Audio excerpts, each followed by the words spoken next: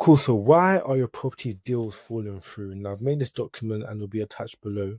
I'm going to run through what I've seen in my last 5 years of property sourcing and what I've seen from sourcing over 100 property deals as to the biggest reasons why deals are falling through. Now this is applied to both property sources and entrepreneurs who are taking properties for investment or Airbnbs, etc. There's about 14 different points here which I want to go through and we'll go from there. So first thing I've seen is that the vendor was too greedy and the numbers didn't stack. Now I thought this is very, very important. Now, when you're actually analyzing a deal, it's not just about analyzing a deal for it to try and fit your criteria, right? You need to actually do your thorough numbers. You need to make sure that on a worst case scenario, this deal does stack. Because if not, what's going to happen is you're going to now get a property deal, you're going to try and force the numbers to work, take it on. If something now bad happens, that deal will become a headache because the numbers don't align. Now, on topic of making it stack, you need to make sure that you get the numbers at the best rates for you, right? And the best way to do that is to actually understand the vendor's needs, so the seller's needs, or if it's a rent case, the landlord's needs. The more you can understand their needs, the more you can actually make an offering which is tailored to a solution that provides both. I feel like a lot of people, when it comes to property, are always trying to pitch a certain deal. I want to do rent to rent. I want a below market value deal. But what does the seller actually want? And how can you now align your goal with their plans? Quick example, there was a client that was working with one of my first mentors. They needed a property sold so they could actually buy their dream house in Spain. Don't quote me the numbers, but I think they needed around 60k for it. The property is worth about £200,000. So what my mentor offered was 60k now, 200k over like a 5 to 7 year completion. Now he was able to act with speed because they needed 60k. So he got a deal for one, a really cheap rate because he negotiated below the market value. Two, he only had to pay £60,000 up front. Now, so crucial because with that type of agreement, if he just offered it without knowing their needs, he might even have to offer it over the asking price. But because he understood what's most important to them, he was able to offer them a price which made sense for him and for the seller. So build your offer based on logic, not emotion. So formula, not feelings. It's very, very important. Make sure that your deals stack. Next is location issue. You need to actually understand what is the location that you're buying in or renting in. And that's why I always recommend having your gold mine area. Become the certain expert for a certain area and a certain strategy. A lot of times you don't ask enough right questions, you lack local knowledge, and you don't listen to the client's needs. So you need to really understand, okay, cool, this property, let's say it's a rent to rent, why this location? Why not that location? And one thing that's very important when it comes to property, understanding that they could be a street apart or a few streets apart, and that could be a massive difference to what the property would rent out for, let's say as an Airbnb or if it's a room by room basis on a HMO. To really understand the location, because I don't want you guys taking on a deal and realizing, okay, cool, this is a bad part of Manchester or a bad part of London. Really understand where within that area that you're looking is good. Next is deals taken by someone else. Now, you need to understand that when it comes to you securing a deal, there's two parts that's going to make the deal go ahead. Number one, you got a really good relationship with the seller or the agent or the developer, whoever you get that deal from. A really nurtured relationship where they know that, okay, cool, look, despite they getting offers, they know that you're going to actually go ahead. And that's just really through building rapport, having a good reputation, credibility, and really showing someone that you're a person of action. You do what you say you're going to do. But on the other side, it's getting things prepared before the deal actually goes ahead, right? I feel like the viewing should just be like most of the icing on the top. You need to have everything in place. If it's a purchase deal, with mortgage in principle, all these things ready to go ahead. If it's a company, I'm rent to rent, guarantor, all these things in place. It's so important because it shows that you're someone of value and I can actually act quickly and meet strict deadlines. And this will encourage them to prioritize you. So if you're losing deals to other people in the marketplace, it's because you haven't got things in place. And let's say you're a source of work for investors, you haven't prepared the investor where they can actually take it on straight away. Because speed can also allow you to get a good deal. So it's very, very important. Next, this is more so for the rent to renters. You're not confirming with the head lease. Now, when it comes to rent to rent, a lot of people, what the mistake they make is, it seems all good in terms with the landlord, but they're not actually confirming the head lease where it actually allow a company let or service accommodation. And what might happen now is they take on a deal and a few months down the line, the head lease wants to take the property back because they're illegally subletting or illegally doing Airbnb. Now, this strategy by itself is not illegal, but it's only legal when you don't have the relevant checks and permissions in place.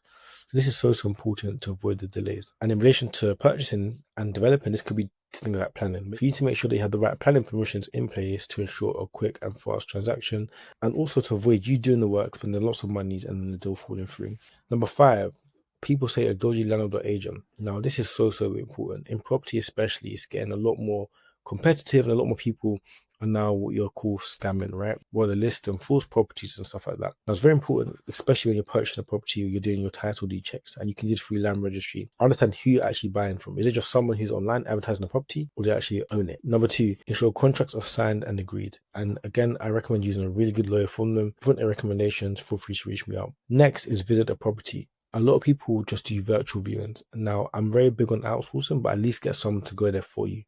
Yes, occasionally, if you've done loads of deals with the agent, they can do it on your behalf, or whoever you're working with for the deal, like another sourcer.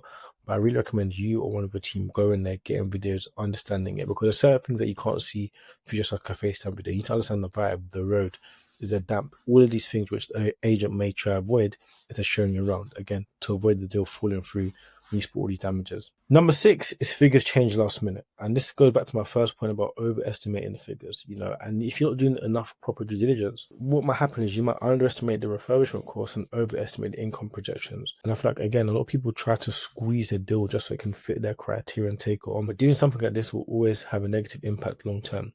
It's very important that you actually have contingencies in place to actually overcome any obstacles they may come when it comes to refurbishment costs and also the timeline. And also, don't overestimate income projections.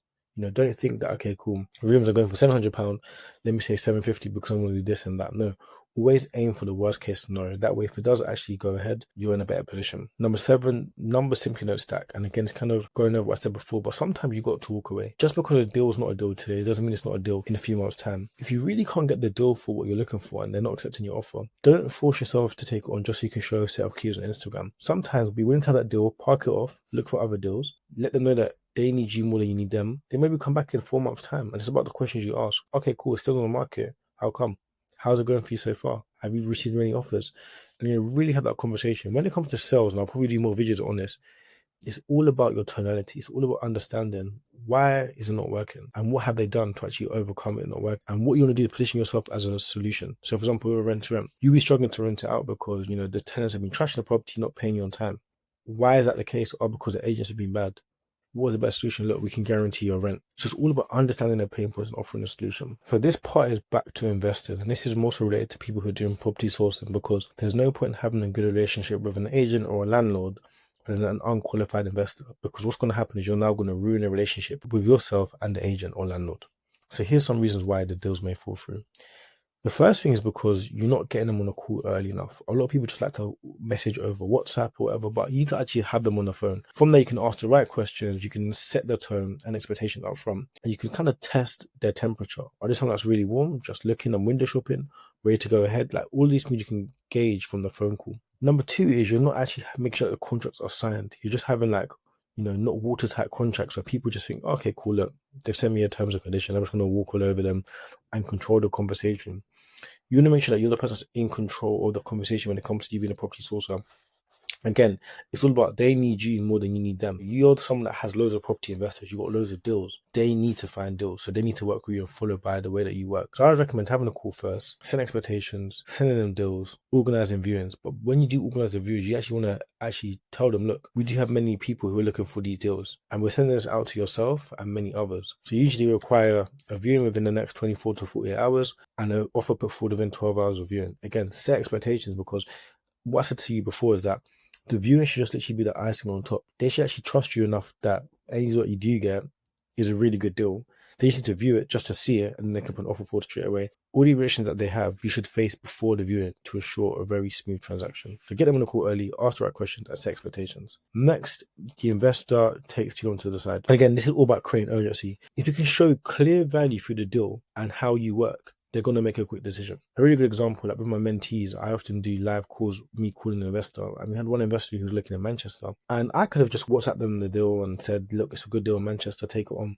But I got them on the phone. I really understood what their goals were. And their goals were there was more of a logical buyer. So all my points was based on logic rather than emotion. Okay, cool. Look, this is an amazing property. It's got multiple contingencies. We can do it as an Airbnb, but if it doesn't work as that, we've got social housing. And if not, there's a university close by. So we have 3 exit options. Manchester's a fast growing town, so the property will raise in value. So I'm really emphasizing on a different way where this investment is very, very good for their portfolio. Also align with their goals. Look, you'll be looking for 7 months and you haven't found anything. I don't think this will be in the market for another 3 days.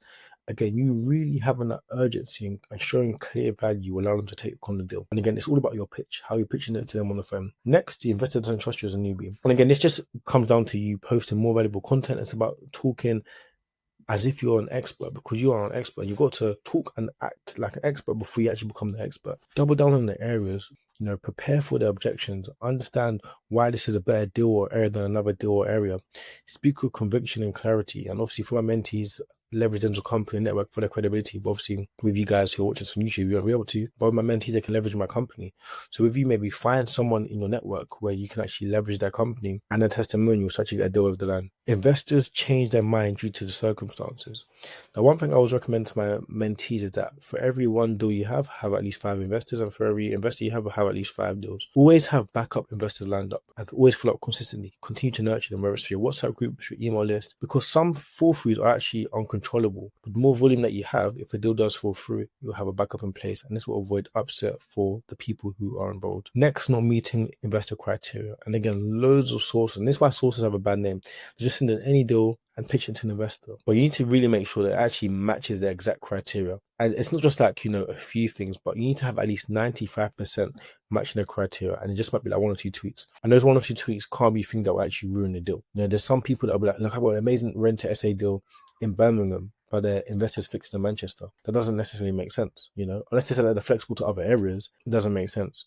Same way, let's say that there's an investor who needs a 3-bed house minimum and you find them a 1-bed house. Again, it doesn't make sense. Make sure that it actually meets their criteria, so that when you're pitching a deal, and if they don't take it on, you can be like, oh, but this was actually your criteria, what didn't you like about the deal? And my normal rule is, if I can find you at least 2 deals matching your criteria and you don't take it on and they're exactly your deals, I just know that you're not serious. And I won't bother working with you or prioritizing you. So that's very important as well. And lastly, lack of credibility for agents and landlords. So again, it's about speaking with confidence. It's about making sure that with the referencing, you can pass the process as smooth as possible, or your investor can pass the process as smooth as possible. You've got the companies ready, the name, the proof of funds, all of these things in place. So that way, when you actually need to go through the deal, you have to ask the investor, oh, what's this again? What's that again? You have all structured and laid out for you. And also, if possible, meet them in person to build that trust, both with the investor and the sellers and the landlords. Shake their hands, look at them in the eye, come dressed and smart. Let them know that you're someone that's very, very serious. And all of these things, when you put them together, this will avoid you from just letting deals go. I think the last is about being a person of your word. If you say you're going to call them at this time, call them at this time. If you're going to put an offer at this time, put an offer at this time. Really focus on being someone that is very credible. I promise you, so many deals will be able to come your way. And this is my rough summary as to why deals are falling through. Let me know how you guys find it. But I hope you guys are enjoying this video so far, and take a look at the next steps. Now I've mentioned all the different things that you're doing wrong, and let's now implement a plan on how you can do it right. Now, for those who don't know me, my name is Denzel. I've been property sourcing for 5 to 6 years.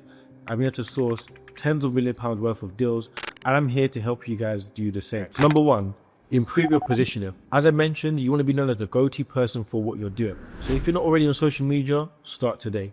Whether it's your TikTok, your LinkedIn, your Instagram, really become that recognizable face for your area and for your patch. That way, if landlords or agents do see you, they're going to know you, like you, and trust you just for your social profile. It's so important to build this reputation. Attend events, speak to people, because again, the referral business is undefeated. Next, rehearse your pitch. Now, one thing I encourage my mentees to do is, let's say you're focusing on deals in London, practice calling agents or landlords in a random area such as Newcastle. The reason why is because you're going to now get the repetition in. You're going to now understand what will now make a landlord say yes and the agent say no. So really rehearsing your script and practicing in different areas will allow you to gain that confidence when it comes down to your main area and patch. The third thing is to ask really good questions. Now, a lot of people, when they're calling investors or if they're calling landlords or agents, are just asking generic questions that everyone's asking. But try and actually ask open-ended questions that get them thinking. Really try and understand them from an emotional perspective, because again, sales is all about emotions, it's about feelings, it's about understanding. So if you can really create that empathy with them, you can now get a deal of the land. And you can now use that to your advantage when it comes to selling a potential opportunity with them. And lastly, master the follow-up. Someone say no today doesn't mean a no forever. So really focus on how you can actually follow up with them. Whether it's a landlord, whether it's an agent, or whether it's an investor, always follow up. Build your CRM, build your credibility, because you're one step closer from getting your deal sourced. So in summary, finding property deals doesn't have to be hard. You just need a proven system in place that you now, number 1, know what makes a good deal. Number 2, you have on-market and off-market deals coming on autopilot. Number 3, you know how to analyze them. And number 4, you can now put an effective offer forward. Because again, speed matters everything. You acting with speed can actually save you 10, 20, 30% off the asking price, as long as you know what makes a good deal. So if you're someone out there, whether you're an investor or a sourcer who's struggling to find deals to get them closed, I have an amazing solution for you. If you're an investor, just comment below the word source and we can find you property deals and add you to our investor list and send you the latest deals that we have in the market. And if you're an aspiring sourcer who's looking to source more deals, then just click the link below and book a call with our team. And we'll walk you through our step-by-step blueprint, which allows all of our mentees to source dozens of deals every single week, giving them time and location and financial freedom. I hope you guys enjoyed this video. Please like, comment, and subscribe.